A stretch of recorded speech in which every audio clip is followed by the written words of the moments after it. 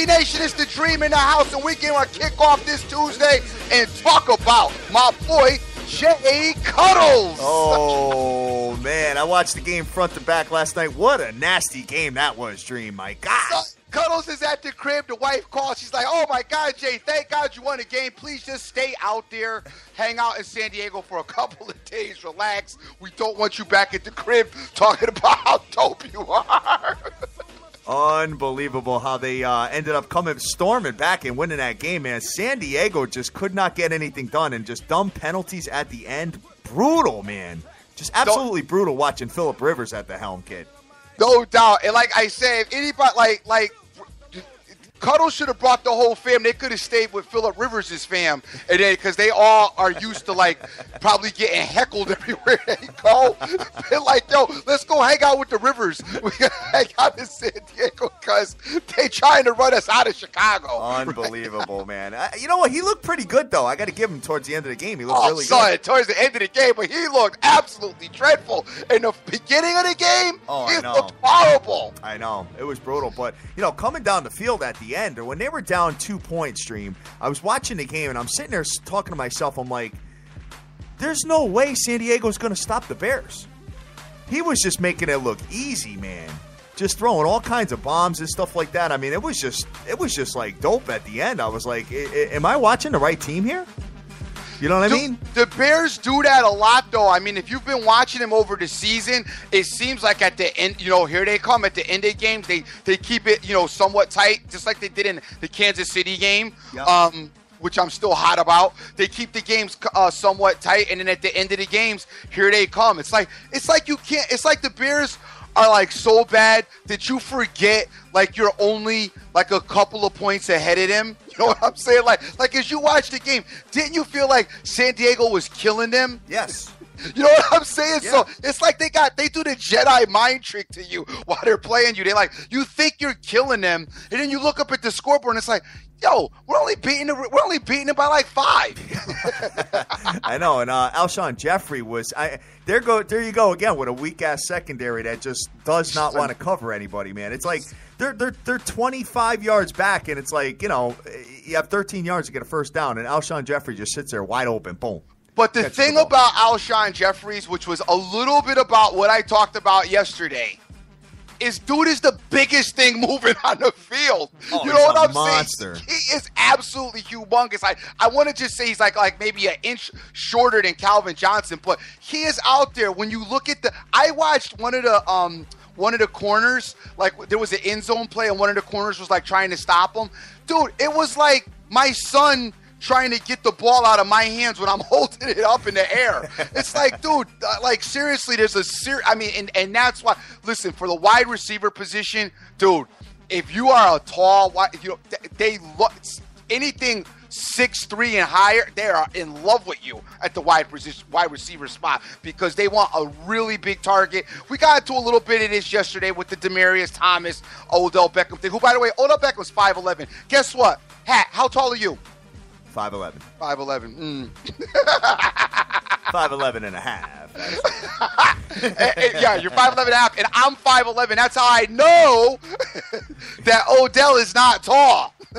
My kid is 5'11 too, and he's only 14 No years doubt. old. Now let me ask you. Hold on. I just want to reflect on this for one second. I just got a couple of questions to ask you because you're a fairly intelligent guy. All right. Let me just ask you this: who do you think is a better quarterback, Tim Tebow or Eli Manning? Oh, Eli Manning. Are you sure? Yes. Okay, positive. Of course. Okay. So that being said, now I'm gonna forward and ask you a couple of more questions. I'm gonna ask you, who do you think is a better? Do you think that Peyton is comparable to Eli or better? You talking about present day or past? Talk about just whole career. Oh, your boy. Peyton's better, right? Of course. Okay, gotcha. And would you not say that this year, as far as Peyton is concerned, they bring in a new offensive court, a new coach, he's got a new philosophy, trying to run the ball a little bit, and also probably his worst throwing year ever as we're seeing some issues with his arm. No, right or wrong? Absolutely.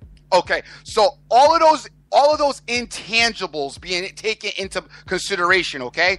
Odell Beckham enters the league in 2014 with Eli Manning, right? Right. All right. So now Odell Beckham in 2014 has 91 receptions, 1,300 yards, and he has 12 touchdowns. Yep. Okay. If we look at my man Demaryius Thomas, we cannot account for his prior when he came into the league only because Tim Tebow was his quarterback. Okay. Okay. So if we go to 2012 when Peyton Manning came to the team, okay, Demaryius Thomas has 94 receptions, which is three more than Beckham. He's got 1,400 yards, which is 100 and some odd more than Beckham, and he's got 10 touchdowns, which Beckham has 2 more touchdowns than he does. All right, if you're going to base it on that particular year. But then if you move down to 2013 and 2014 in the last two, he surpasses Beckham. 92 yards the second year, 111 yards in 14. Then we go to the yardage. 1,420 in 13, 1,619 in 2014, and when we look at touchdowns, he goes up to 14 in 2013. Okay. Which means that what I'm trying to say, Odell Beckham is no way better than Demaryius Thomas. It's no way. You still on that, huh? I'm still on it because people say there's like he's way better. I'm like, stop. Listen, if you could give me the argument that Odell's better, you're not telling me he's way better. I'm not buying it. You're not giving me that. I'm sorry. Going back to last night's game, so the Bears emerged 22-19 over the San Diego Chargers, and Jeremy Langford for the Chicago Bears emerged as a pretty damn good rusher, man. 18 carries, 72 yards, 4 per carry, and he also had some 70 yards receiving as well. So, you know what? I don't think I hate the Bears are bad. But I just don't. I think Diego was like obviously the score tells you that Diego is worse, but my question is, I don't really. Do you understand? I mean, outside of it, I get the defense is bad. Why is the offense bad though? For Diego or the Bears? No, for the Bears. For the Bears. You know what? I mean, and then them last couple of drives, they did not look bad. Dude, because I'm saying when you look at them, all right, I'll give you that Forte is gone now, but Forte was there, yep. Okay, and the offense was still looking bad. How can you be bad with, you know what I'm saying? You got Marcellus Bennett, you got Alshon Jeffries, you got Matt Forte, and you got Cuddles. Dude, I can name to you other teams that are playing at a better level than the Bears, and there's nowhere near that kind of four-player talent on their offense. I don't know, man, but hey, maybe they could carry that momentum in, just like the Colts are doing a little bit. You know what I mean? Just kind of carry that momentum moving forward, and hey, maybe finish, somewhere around 500 or something like that. Son, I don't see it, but I mean, because when I go to the defense, then I get why the defense is bad. But when I look at that offense, I gotta look at, I look at an offense like a Tennessee Titans. I look at an offense like a St. Louis Rams. I look at an offense like, even I could throw the Philadelphia Eagles in there. They don't have that much. Technically, there's not really that kind of talent on those teams, and their offenses don't look anywhere near as bad as the Bears' offense looks. I don't know, man. You got 11 players on the field. You got offensive linemen. You got tight ends. You got the whole package, man. So I mean, there's a bunch of different variables there. Right. You know what I mean? Throughout, any offense, period. Just the way it goes. And right. You can look at yards per game, and it's a team effort. It's not just one player. But obviously, you got a star receiver and a halfway decent quarterback. You're going to do pretty damn well as far as the league is concerned. So what he doesn't have, I think he does lack some speed, but he makes up for it in size. What the Bears probably, and I never understood why the Bears even got rid of Brandon Marshall. I don't know if it was a money thing or whatever. It seemed like he had a great relationship with them. Him and Cutler seemed to have gotten along. That's what they missed. They missed on the other side. They missed something potent, that will maybe open up. One's going to either open up the other. You know what I'm saying? And I think that's a big dynamic that they're missing out of that offense. Absolutely. So that's where we're at with that. Guys, we're on Twitter right now at SBTV Nation. Everybody's going crazy about this thing still, man. This little tirade that you're on. But looking at that dream, I gotta talk to you about. Talk to me. There's a team that has become a pain in the ass as far as the NBA is concerned, and that is the Minnesota Timberwolves, man. Our guest that we had on last week, and that's why I told you yesterday I didn't love that game. But we had a guest on. I can't remember which guy it was, but he talked about. I think it was the guy. Remember the guy that covers the Celtics? Oh, Gary Washburn. I think it was Gary Washburn. I'm sorry. Excuse me for not remembering his name, guys, or pronouncing it right or whatever. But he talked about that he thought the Timberwolves were going to be a vastly improved team. My other thing is, though, this Hawk team. Oh my God. Yeah. Brutal. Yeah. Brutal. Yeah. Absolutely brutal. I have not, ever since last year when they played me in the not the finals but the playoffs. This Hawk team, it's like, you know what? They're like Cincinnati, and they're like they're exactly like the Atlanta Falcons. Yeah, right. The Atlanta Hawks are the Atlanta Falcons. Same team. Well, I mean, you got Kevin Garnett there. You got Karl Anthony Towns, which was, I believe, this is Minnesota. We're talking. Yeah, about. we're talking about Minnesota. He was selected last year, obviously in the draft. You got Wiggins out there. I mean, they beat the snot out of Atlanta. They were up 30 points. Listen to this, Drew. This is crazy. Oh, hold on. No, they were up 30. But the Hawks were within one. The Hawks took the lead in the fourth. Oh, did they take the lead? Okay, yeah. I saw it within one. I'm like, oh my God, what the hell is going on with this game? And all of a sudden, Minnesota at the end just went a little bit ham as far as foul shooting and stuff like that, and ended up getting the job done and winning by 10 points. But dude, you had 2 42-point quarters in this game. I know. One by Minnesota in the second, and in the third quarter, Atlanta had 42 points. Dude, 42-point scoring quarters. What is the coach doing? Just get was he like, yo, timeout, give me some popcorn. bring the concession stand guy down. Let me get a popcorn and a beer because I want to sit back and watch this. This is an offensive extravaganza. Son, how do you have a 42-point quarter? 2 of them. Oh my God. Minnesota had it in the second quarter, and then in the third quarter, the Atlanta Hawks had it. And the Hawks want to talk about playoff football, and being dope. Dude, stop it. You got to get yourself together. You're talking about the Falcons. And no, I'm talking about the Hawks, Atlanta. But I did say football too. I know, right? The same difference. I'm talking about the Hawks, but it's like this. Both teams, you're saying the same thing when you look at them. It's like, what are you guys doing? You know what I mean? You're supposed to be talented, making it move to the next level, and it's just not coming to fruition for some reason. I don't know. Maybe it's something to do with Atlanta. Maybe. But everybody, you know what? I've been down to Atlanta before. Everybody's so nice out there, though. I mean, every woman you see is like, "Hey, honey, you need anything from me, honey?" You know what I mean? Just so nice. You know what I mean? Just real pleasant people down there, man. So, anyway, moving forward. So we had that go on. Pop obviously got the job done, did his thing as far as beating up on Sacramento Kings. I talked about that one. You did, man. You did. It would seem like all of these games, except for the Atlanta Hawks, got the job done, man. Because the Chicago Bulls did their thing. They won by 23 points at Philadelphia. Philadelphia is like 0-7, man, just doing the same thing. And the Clips won by 2. No doubt. Wow. Did not cover their spread there. So, hey, NBA is in full swing right now, guys. We got to take a look at it and pay attention to everything. It's in full swing, but we're taking an easy look. We're going very easy with that landscape as the NBA, a lot of games still left. And listen, one thing about the NBA generally, with probably the exception of the Spurs, which is the only team that you keep an eye on, generally, okay, like the 76ers are not going to beat the Bulls, okay? So for you dog guys, don't try that with the NBA because you're going to end up getting your feelings hurt for the most part. I mean, the NBA kind of goes a little bit like it's supposed to in certain aspects, and you got a very high tier of high tier teams, and when they're playing the low tier teams, it's not usually it's very rare that the low tier teams beat the big dogs. Good point. And you could get some pretty good value when the better teams are on the road. Yes, you can as well.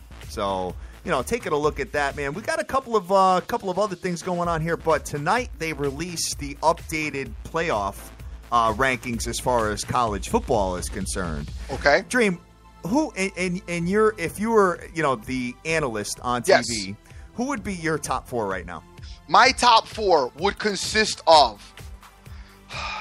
See, dude, you know what sucks is because I can't be the analyst because I do it my style. You know what I'm saying? Which I would not. My top 4, honestly, would be Clemson, Baylor, Oklahoma State, and Iowa. And I know I would get ripped about it, but for me, I just don't like Ohio State, how they won. I'd have them sitting on the outside looking in, and that's how my top 4 will be. But I'll be politically correct. I would go Clemson, Baylor, Ohio State,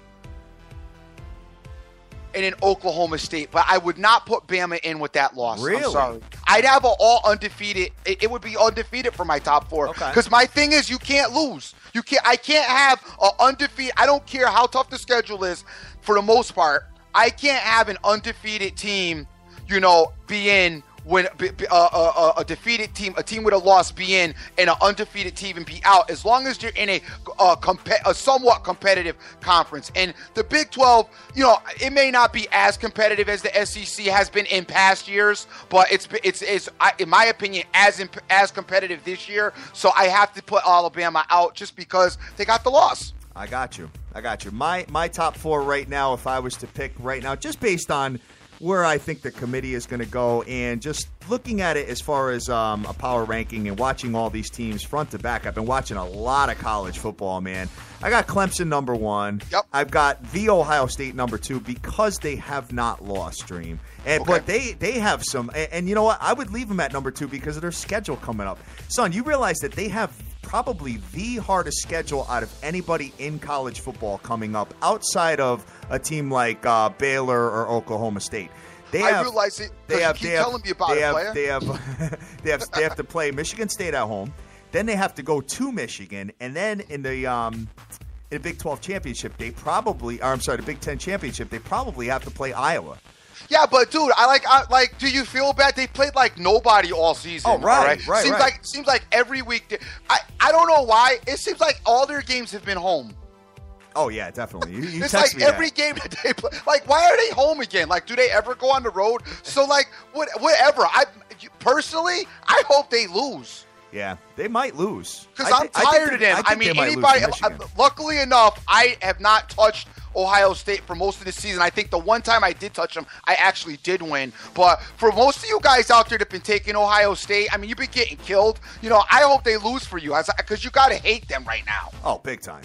Big time. They've been definitely blowing up a bunch. They're like Florida State of last year as far as the spread is concerned. Remember Florida State didn't cover anything? I said that at the beginning of the year. I did. Yep. Yeah, man. I agree with you 100%. Definitely crazy, man. And I don't know. Do we know that J.T. Barrett, when he comes back, is getting his starting job back? Or I shouldn't say his starting job. I should say, is he going to be the starting quarterback? Do we know that? Absolutely. Oh, he is. Absolutely. In my opinion, there's no way you start Cardell Jones. Okay. That offense has struggled so bad with him recently, man. I don't understand it. Imagine that, like, he comes into the playoffs, obviously because they probably had no film on him and, just assume that he's going to not run as much as he did last year in the playoffs. But now they have film on him, and they've seen him for quite some time. And now the offense is just struggling big time. So they need Barrett back in the lineup, man, as far as quarterback in that team. Okay. All right. But anyway, I would say that it goes Clemson, The Ohio State University. I would go with Alabama number 3, and then Baylor number 4. Notre Dame, I don't see in there yet. Notre Dame goes out and beats Stanford. Then they got a shot at getting in. But right now, and I got Oklahoma State outside looking in at number 5, and Notre Dame and Stanford and Iowa all looking in at the 6, 7, and 8 spot. And I love that Iowa's in the 8 spot when Iowa should be right under Oklahoma State as far as I'm concerned, because they're they're undefeated still. Undefeated is huge. Yeah. How do you have Stanford over Iowa, dude? You know what I'm just saying, dude. It's so not really right still. All right. Well, you know what, Dream? This is all going to shake itself out at the end. Oh, I know it is. Because, you know what? Stanford has to play Notre Dame. Oklahoma State has to play Oklahoma and Baylor. And I got news for you, dude. I was looking at some of the lines, which we're going to get into the opening lines of college football right after I say this piece. But in my brain, I believe that Oklahoma is going to beat Baylor this week. And I don't. You don't, huh? No, I don't. I mean, Baylor, I liked what I saw out of the quarterback. I hate this. I don't want to say that I like him more than Seth Russell, but I mean, I know it's his one game, so we got to see a little bit more. But for his one and first game, dude looked very polished. He did. He looked absolutely very good. He was comfortable. He never looked like he was in like panic mode. And that being said, if he can step in, that's like if I took Cutler right now and put him in Dallas with an offensive. That's like giving the keys to the Porsche. You know what I mean, to like Mario Andretti or somebody. You know what I'm saying? This kid is getting a hold of this dynamic, awesome offense, and he's probably gonna just really thrive in it. And it definitely, they're gonna definitely be a problem next year on top of it after he gets that much more experience under him. But I really like what I saw to him in game one. And I really don't. I'm telling you, that offense, they can score on anybody, man. Sure. If he goes in and does like he does, they're going to score on Oklahoma. Well, we'll talk a little bit more further about it, guys, but we're going to take a quick break, and we will be back with you. And we're going to talk about some of the opening lines coming up in college football, and obviously go into the hockey and the NBA as soon as we take this break. So we'll be right back, guys. Thank you very much, SBTV Nation. How would you like to win big cash in sports gaming? Well, now you can. Visit tkwins.com. With over 20 years of experience, they can get you the winning edge you need. Specializing in winning selections on all major sporting events. NFL, NCAA football, NBA, NCAA basketball. Why wait? Check out their free daily winners online. It's never been easier to visit tkwins.com today and start winning. tkwins.com. Consistently picking the winners for you.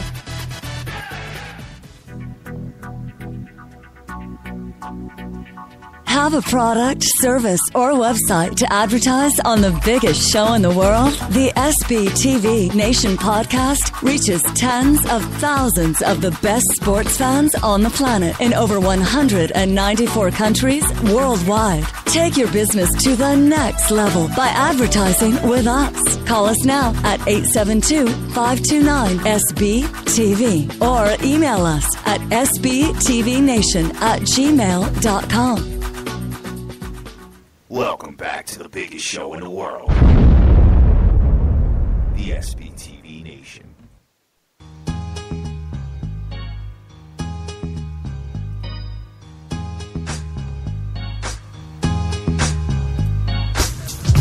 All right, Dream. So we're back here ready to rock. And big ups to TK Wins, by the way, for putting a commercial on our show. And, guys, we are open to that all the time. We are the SBTV Nation. Just send us an email at sbtvnation@gmail.com, and we'll be happy to have a conversation with you about helping us pay the bills over here, man. So looking at this, Dream, as far as the college football slate is concerned, number one, we do have a couple of games tonight.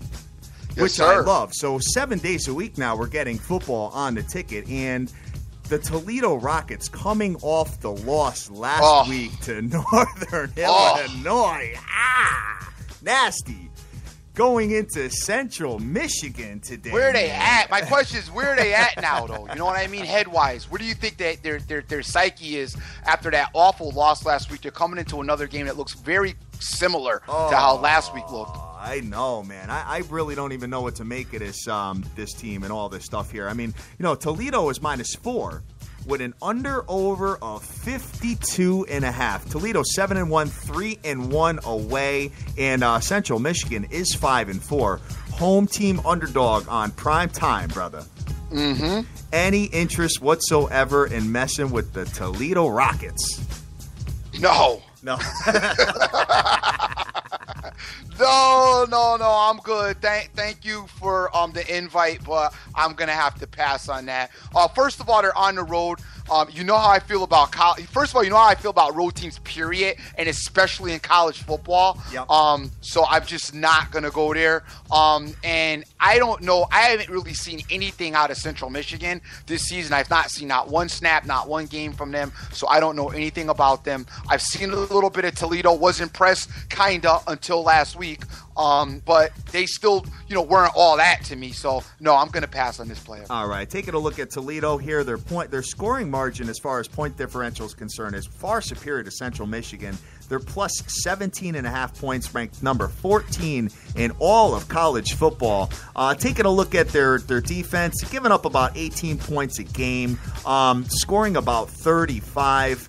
That's the thing, Dream. I mean, they could be one of these teams. I mean, statistically on paper, when you look at this in like a bunch of different statistical categories, Toledo is far superior. However, number one, you have the home team underdog on prime time. Number two is that you have Toledo coming off the loss, who might be devastated because they had a real good shot at going undefeated, and they should have won that game. They lost to a backup quarterback with his backup superstar receiver, which is kind of crazy, man. So looking at this particular game, guys, superstar receiver, backup to the superstar receiver. Let me rephrase that. Definitely, man. Taking a look at this as far as Toledo is concerned, as far as their bright spots. I mean, one of the big spots here as far as they're concerned is that they're allowing less than one rushing touchdown per game defensively. And Central Michigan, as far as their rushing is concerned, just taking a look at it, they are only averaging 97.11 rushing yards per game. So I think Central Michigan's going to have to try to beat them through the air. For me personally, taking a look at this nasty 4, Dream. That's our number. Not a game that I feel that anybody should be getting involved in whatsoever. But I know all you junkies will be involved in it at some point, so I wish you the best of luck. But for me, your boy, the Mad Hatter, it is considered a pass. The next one we have is Kent State. Oh, I can't wait for this one. You can't wait for Kent State, Ohio? Can't wait for the Golden Flashes, kid? Oh, Tom, I'm gonna be down in the lab with the jersey on. Sleeping. Sleeping. Oh, man. Taking a look at this here. Kent State is 3-6 going into the 5-4 Ohio Bobcats, man. Kent State is a 7-point underdog. So Ohio is given 7 points with an under-over of 43.5 points, man. Obviously, you have no opinion whatsoever on this. No, but you know what? I make fun of this, but you know what, guys? Honestly, this is a great opportunity. Now, I don't know what's going on in your household and the dynamic of it. Like my wife is really pretty cool, but she does get her limits sometimes with the sports. So, like, I have to pick and choose certain stuff that I want to watch. I don't know if that's the dynamic in your household. If it is, handle your business. You know what I'm saying? I always handle my business, put family first. That being said, it's good to watch these games because when the bowl season comes, some of these ugly teams pop up in these bowls. You know what I'm saying? Yeah. And if you got a feel for them watching them now, you'll have a little bit of an idea, where to go when the bowl season arises. So while I say that I've got no interest, I'll be sleeping, that's not necessarily true, because what I'll do is I'll put the game on the TV in my house, and then I'll go do other stuff around the house, play with the kids, help my wife out with dinner or whatever. But still, back and forth, keeping a peek. To know a little bit about the team. So when you see them, you know what I mean, in that bowl game against, I don't know, it's Ole Miss, you see, I said, I don't know. But when you see them in a bowl game and you maybe UConn, you know what I mean, or something like that, UConn, Ohio, you'll be like, Ohio's got that. Remember that kid, that made those nice catches? It'll be something that you can remember, and then have a little bit of at least a little bit of you've seen and what the team's capable of when you make your bowl prediction or when you're making your bowl wager. Absolutely. Kent State has a really horrible offense, man. It's almost similar to Missouri. 15.89 points a game they are scoring, Dream. Yikes. Nasty. And Ohio, though, hasn't really been blowing the doors off either, though. Ohio's going to win tonight, though. Oh, are they? They're going to win tonight. Because listen to they got beat by Miami, Ohio 34-3. Then they put up 14 against Western Miss. Then they put up 17 against Buff. And 20. But it's not Kent State, though, kid. Okay. Kent State is allowing about 27 points a game here, and I'm taking a look at this. Ohio's offense, believe it or not, I mean, they're definitely underperforming as far as their offensive efficiency is concerned, because offensively, 405 yards per game. they're putting up on the scoreboard here. So taking a look at this particular game, Dream, I like Ohio to win, but I don't think I would get involved in it. It's just kind of sit back and watch, and like you said, prep for some of the bowl games coming up. Yeah. You feel me? Yes, I would definitely do that. That does it as far as the so that's just a lean, guys. That's what I'm leaning as far as Ohio to win the game. The Toledo Central Michigan game, I have no interest or opinion on it whatsoever. And guys, I just want to talk about, since we're in the college football landscape, something I wanted to go across a little bit on Sunday, but I didn't because we have the NFL, and we usually get into that, and that takes the show. But you know what, guys? I meant to mention this. You know what? I don't really want to hear a lot about Fournette over from LSU. I'm like kind of good with hearing about him now, because he showed up, but that's like all he did against Bama. And I know a lot of that had to do with Bama's front four, but Fournette was not that big of an impact. So now what I'm getting at is, I don't like to hear, like, I remember when Reggie Bush was in USC, they were like talking about Reggie Bush was like Gale Sayers, and I was like, what, really? I was like, wow. You know what I'm saying? And I'm like watching Reg, and like I never really thought that was a great, person to like compare Reggie Bush to. I didn't see it, but the media started it. The hype about Fournette has been crazy. There's been a Fournette frenzy, best player in college, going crazy. And then against Bama's front four, all right, he's able to do nothing. I got news for you. The NFL front four on even the bootiest team, like maybe even the Bears and even San Diego, are as good or if not better than the Bama front four, all right? So that's letting me know that Fournette is probably not going to be all that, so I'm good with that, dude. Okay. You know what I'm saying? Yeah, I mean, you see what Melvin Gordon's doing in the NFL with with Diego. My God, it's almost painful watching him run. Dude, I'm not high-touted running backs. I mean, in the NFL, I'm telling you, dude, you gotta. I mean, it's the guy that like nobody pays attention to for the most part. That comes in and like blows the doors off, comes out of nowhere. You're like, wow, where's this guy at? Where did we see him in college? But Fournette, just too much talk.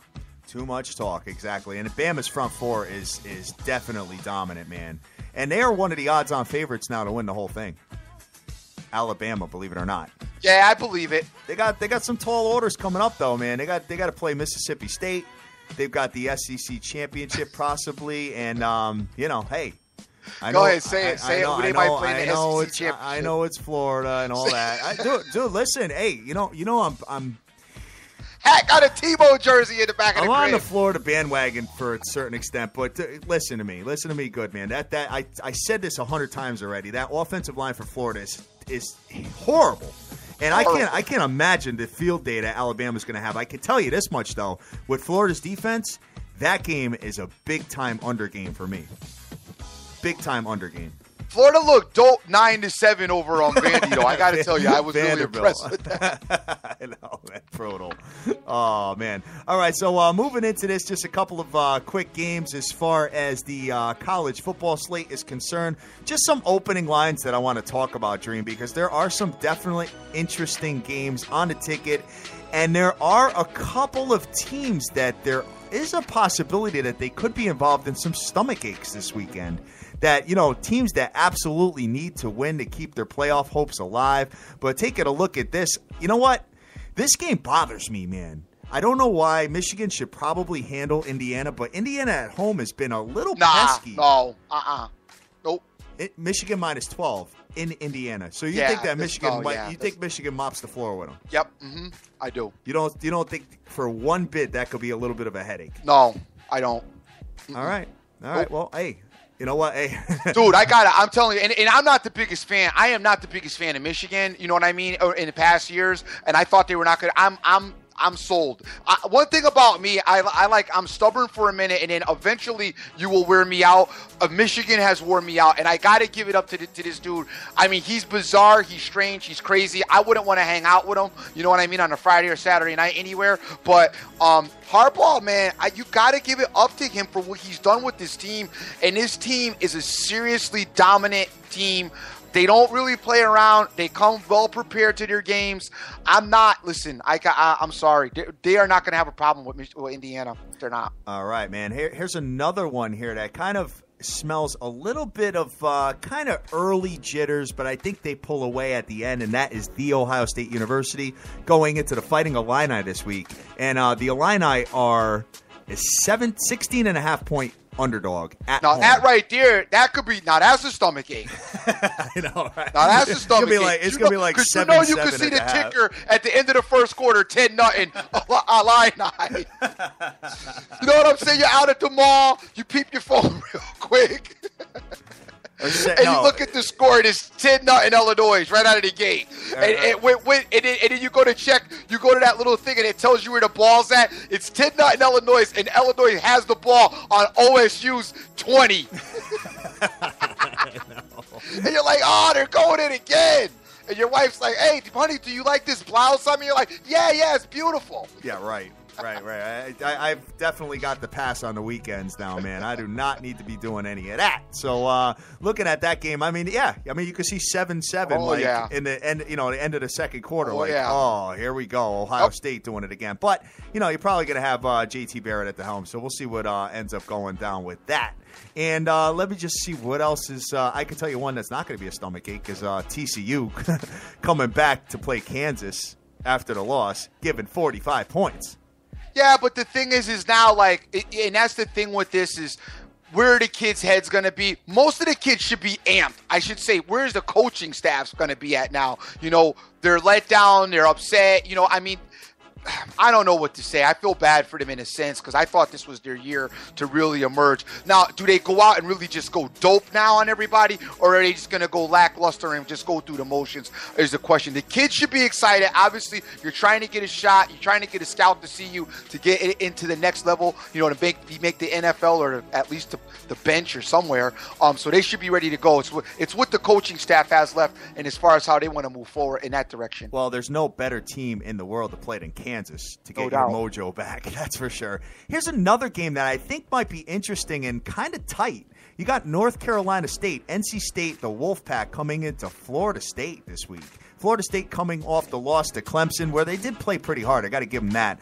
Dalvin Cook did look pretty impressive there. Florida State minus 9.5 with an under over 52.5 in this particular game. I know NC State has a pretty stout defense, man. You know what, Florida State? Throw the ball. I watched them throw the ball against Clemson. If they had thrown the ball, I think in games prior to that, instead of trying to hold their hat on their run game, I think they would have been more. I think it would have been a better position for them against Clemson, because they were successful throwing the ball on Clemson, and they just still insisted on attempting to run the ball. I saw Clemson at time, and that's why I question Clemson's defense slightly, because there were a couple of third down plays where they threw the ball. Clemson's defense it did not look good in that situation. But Florida State just would not consistently throw the ball. I don't know if they didn't trust guys or whatever have you, but they wouldn't consistently throw it. So all I could say is I would throw the ball. I think they can. I think that I like their balance, and we know they want to run the ball, but they need to implement the pass a little bit more in their offense. NC State is number 9 in all of college football as far as defense is concerned. That's why I think this game might be a little tighter than everybody thinks. What's Clemson as far as defense is concerned? Clemson is number 5. Number 5. So, okay, you should be good. You just played number 5 and was in the game, so I don't see why you're going to have that much problem with number 9. Yeah, and you're home. And you're home, right. And you're home at that point. So the game that I'm surprised that you haven't mentioned yet is the Houston-Memphis game, player. Houston-Memphis game. Yeah, very interesting game that's going to be. Memphis coming off the embarrassing, I don't want to say embarrassing loss because Navy's pretty damn good, but Memphis got stomped by Navy. They got stomped, and I just don't know where their heads are going to be, especially with your Houston Cougars, who are undefeated at home. Houston got a little scared at the end of their game last week. They came out really hard, and they had some defensive deficiencies in that game. But I expect them to come out and really be a problem for Memphis. That spread offense should be a lot for Memphis to try to handle. I think Houston will get their running game going as well, and Houston should do their thing. I don't see Houston having a big problem with Memphis, but we'll have to see. I'm not really the biggest fan of Memphis anyway, not really buying into them because I think they got a better hoop team than a football team. The other game I want to discuss, which I wouldn't take lightly at all, Arkansas LSU.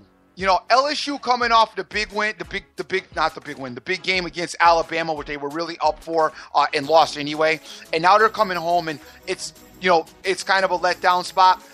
This Arkansas team, along with Auburn, all of a sudden decided that they want to play football now. They did the same thing last year.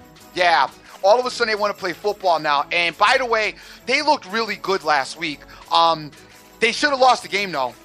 They should have lost the game. And I want to talk about that, too. Because, guys, a couple of rules that I got to issue with.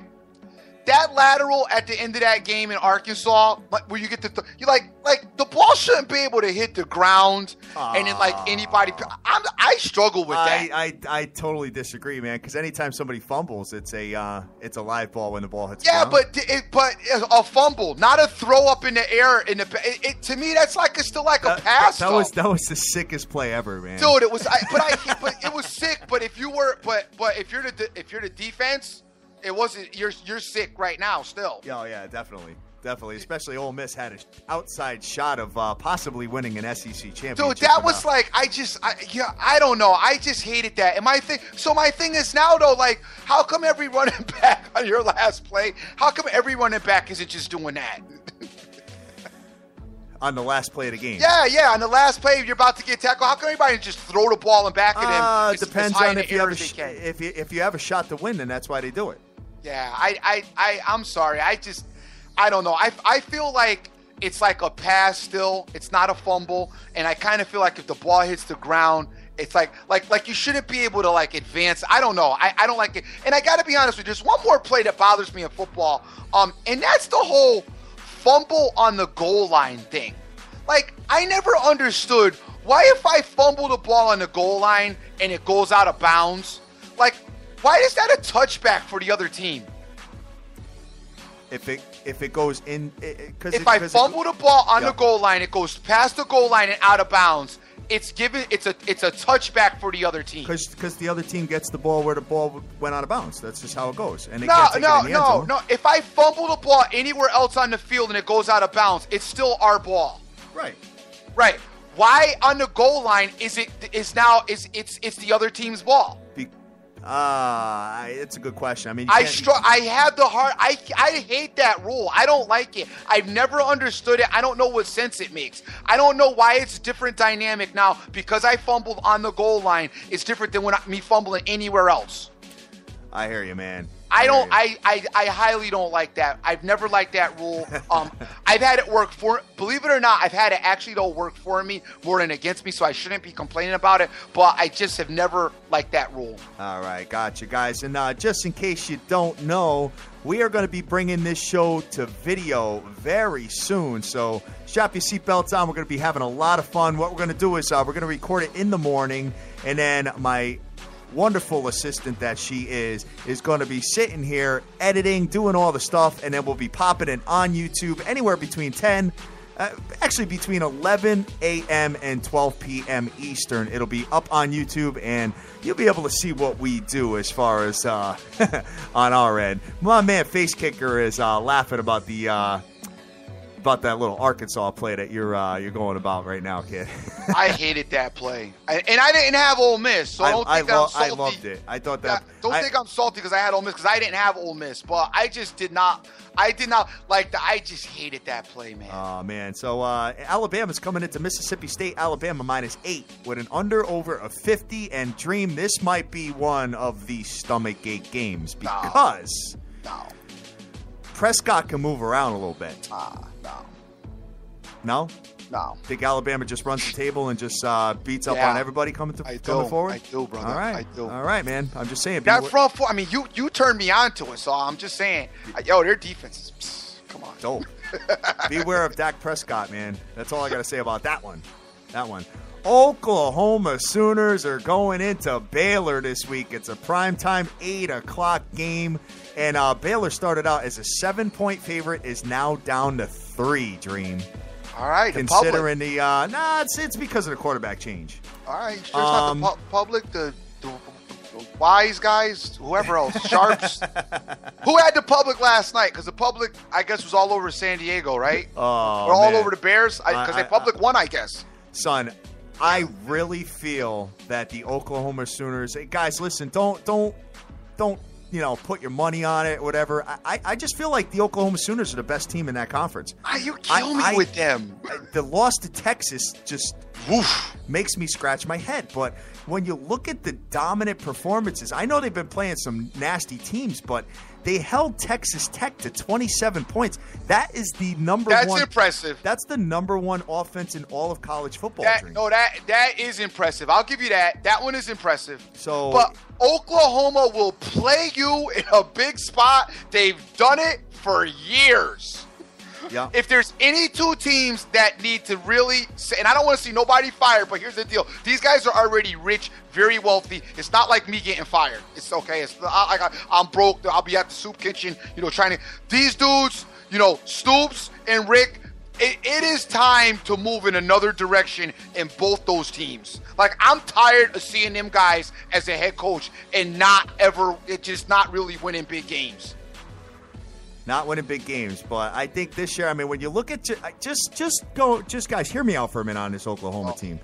When you look at common opponents and what they've done, Iowa State, Baylor, I don't want to say struggle with them because they were killing them in the beginning with Seth Russell at the helm, but they let Iowa State come all the way back and they could not perform in the second half offensively. Iowa State just got absolutely destroyed by Oklahoma. 52-16. And remember, TCU was tied with Iowa State at halftime. It was 21-21. I'm just saying, man, this Oklahoma team, defensively, they're kind of putting it together, and offensively, the last few games, man, 55 points, 63 points, 62 points, 52 points. I think Oklahoma goes into Baylor and wins this week. I heard you. Well, we'll see what happens, player. That's why they play the game. But listen. Bob Stoops has got me so many times. I thought this team was good, and it's I don't know, something wrong with it. I don't know what it is. All right, let's do two more, and then we'll get into the NBA and the NHL. But looking at this, the Florida Gators are going into South Carolina, and the line started at 10 points. I don't know, dude. You know what? I got to stop you for a minute because you might be onto something with Oklahoma. Well, I'm looking at their scores. Hey, but hold on, wait a minute though. There's some struggling with Tennessee in here and some struggling with Tulsa. Bama struggled with Tennessee too. Just saying. You might be. We'll talk about it. I can't do it with Oklahoma, man. Right. I've lost to when I get salty with certain teams, and Oklahoma caught me several years. It was national title games. Don't get me wrong, but oh man, you thought Oklahoma was all that. I'm thinking they're gonna kill them. They're doing their thing. This is their year. And then I got the towel over my head at the end of the game. Towel over your head, yeah, definitely, man. But I don't know. I'm just kind of feeling that team, and I think they got an outside shot. I really do. Looking at this here, any other games that you want to talk about? Obviously this was an intriguing matchup before this year, and now it is not. And that's the Oregon Ducks who are playing the Stanford Cardinal. And when you take a look at this, Stanford minus 9.5. With an under-over of 69, Dream. Yep. Stanford should pound the Oregon Ducks. Hey, they need to because nobody's paying them attention, and this will be impressive to get on the resume, along with hopefully beating, or trying to beat Notre Dame if they're trying to make their bid for the playoffs. So they do need to go down and beat Oregon, and they do need to kind of beat them pretty good if they want to get looked at. If they want to get looked at, exactly, man. Well, they got Notre Dame at the end, so that's going to be because no one's talking about them right now. There's a little whisper, but there's not really a lot of talk about Stanford, who I think is a very, very good team. Absolutely. And the final one I want to talk about is the Minnesota Golden Gophers going into nasty Iowa, kid. Iowa 9-0, 5-0 at home, giving 11.5 points to Minnesota. Minnesota played Ohio State pretty tough. I got to give them that. Yeah, but they won't play, and they did play Ohio State tough, but they came out to their slow start. Iowa the way they play football should handle Minnesota. I agree with you. They should have, because their style is, Ohio State. I mean, I don't know what style they have, but whatever. Iowa's style, it should be able to handle Minnesota with not much of a problem. The way they play football, this game should not be an issue. It reminds me a little bit of the Nebraska Minnesota game, and Nebraska beat them 48-25. And Iowa has a better defense than that. I like Iowa to definitely win this game, and in impressive fashion. And what I've noticed, guys, is this: that a lot of the really heavy favorites, I'm talking, 2 touchdowns or more, they've all been winning their games. The only one that was tight last week was Florida, believe it or not, Dream. And they were like a 22-point favorite. Oh, no, I know Florida was tight because I kept telling you about it.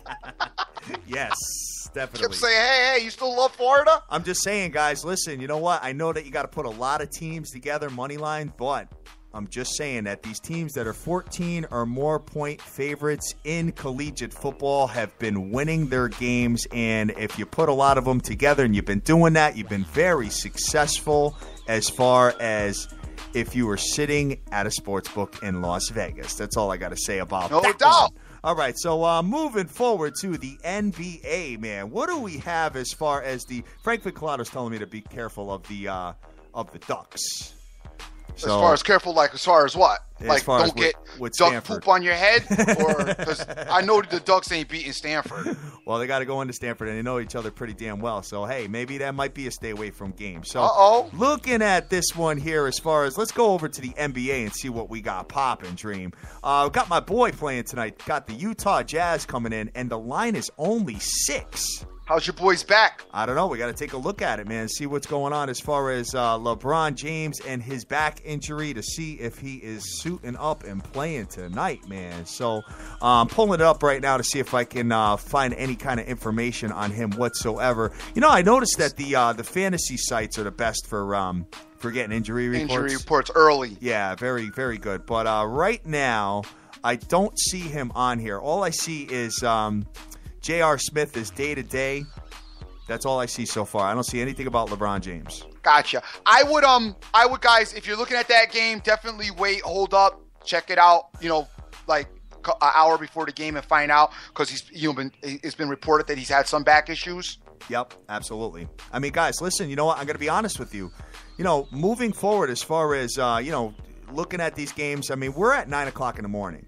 But you got to look at them. Don't go and do plays like, right now. You know what I'm saying? Because there's so many different variables as far as anything. I mean, injuries, rosters, guys who are sitting, any kind of different stuff that can go down. You know what I mean? There's all kinds of stuff that can happen. So just keep that in the back of your brains. And I think that it makes more sense to put stuff in later on, Dream, in the day.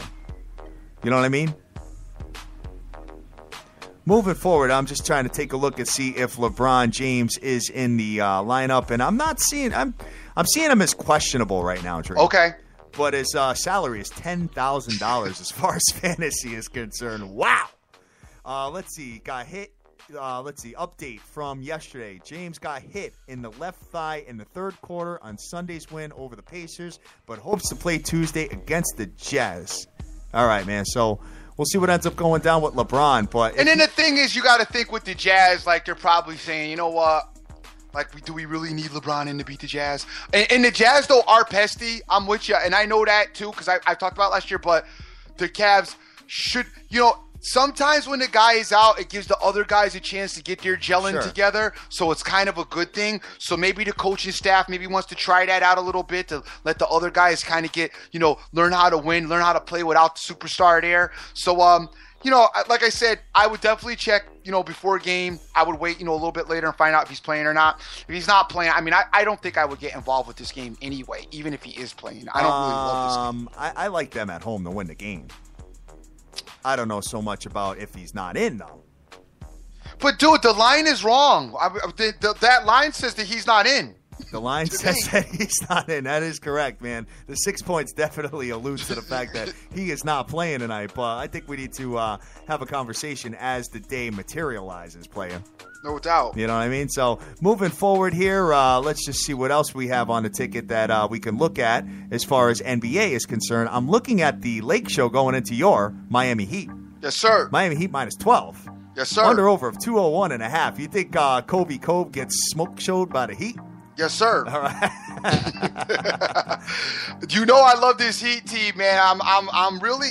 You know what's crazy is I never really liked the Heat. I liked them when LeBron was there, kind of, but I was like, I didn't like them because it was like they made the team, and now they're like, you know, I wanted to see other teams beat them just because the way they did that dynamic. But now, the way they've put in this thing together now, I'm really kind of rooting for them. I really like them. I like what I've seen out of them basketball-wise. Now, guys, 12 points. It's 12 points. You know, the Heat, could blow them out, but then it could be dusty. You know, keep an eye on Wade. Don't know if Wade is going to play because, you know, if Wade does that, play a couple of games, take a couple of games off.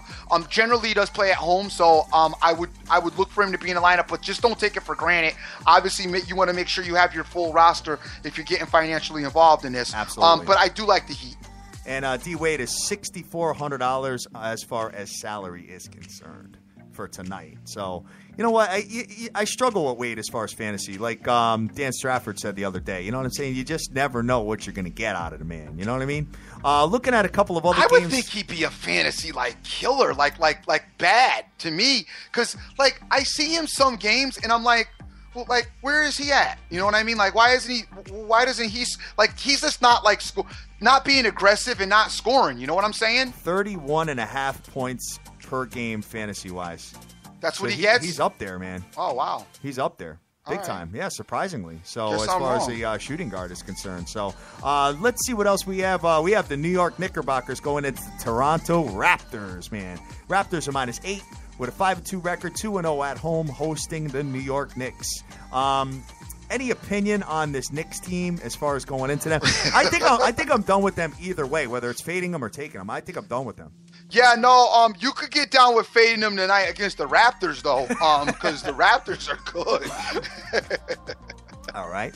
So, I like the Raptors in this spot. It would be a light lean for me. I mean, I don't love it. What does Vegas have as a number? you're looking at 8 points, brother. Oh, dude. Oof. Wow, that's nice. It's nice, right? Yeah, I like the Raptors. I gotta say that. Yeah, I would definitely lean Raptors. The 8 points isn't bad. The Knicks I don't think they're a good team. I know other people keep saying that they are, but I don't see it. And this Raptor team is pretty good.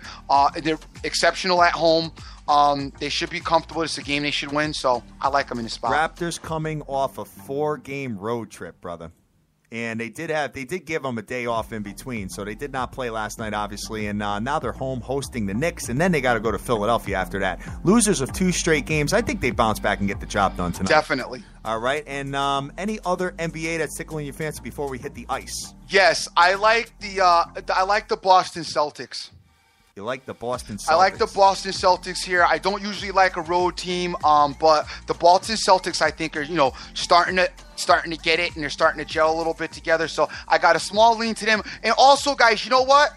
Timberwolves coming off that win last night, that win against Atlanta, are now coming home and they're playing this pesky Hornet team. Charlotte's -2.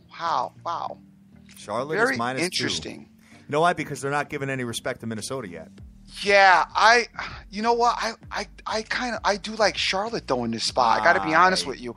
I think Minnesota, a lot of energy was exerted in that game last night as you had 42 points scored on each end. 117 total last night. Yeah. Very light lean. I like Charlotte and I like Boston. I wouldn't put Charlotte, Boston, and the Raptors together. I would probably do something like this is my idea.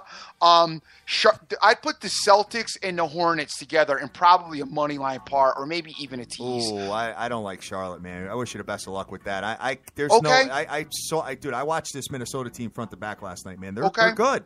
They're good. Okay. You got to be careful. Let me do the NBA though, because you didn't like the Lakers. Remember, I told you Lakers last week would get their first one, and you led the Knicks. Let me handle my NBA. All right. And I'm just I kind of got a little thing for the Charlotte team in this. I like this spot for them. Okay. But like I said, I would put that, and I would have the Raptors separate because there is the event that the Hornets obviously could lose. There is a good possibility of that. All right, so moving over to the ice. Wow. Are you looking at this card, kid? 1, 2, 3, 4, 5, 6, 7, 8, 9, 10. Wow, there's a hell of a lot of games here, man. Taking a look at this, my God. You got St. Louis at 12 New games. Jersey. Yeah, 12 games. Colorado at Philadelphia. You've got Carolina at the New York Rangers. New York Rangers minus 220 with an under-over of 5. We love them right out of the gate. You love them. Check your goalies, guys. Check your goalies. That's all we got to say about that.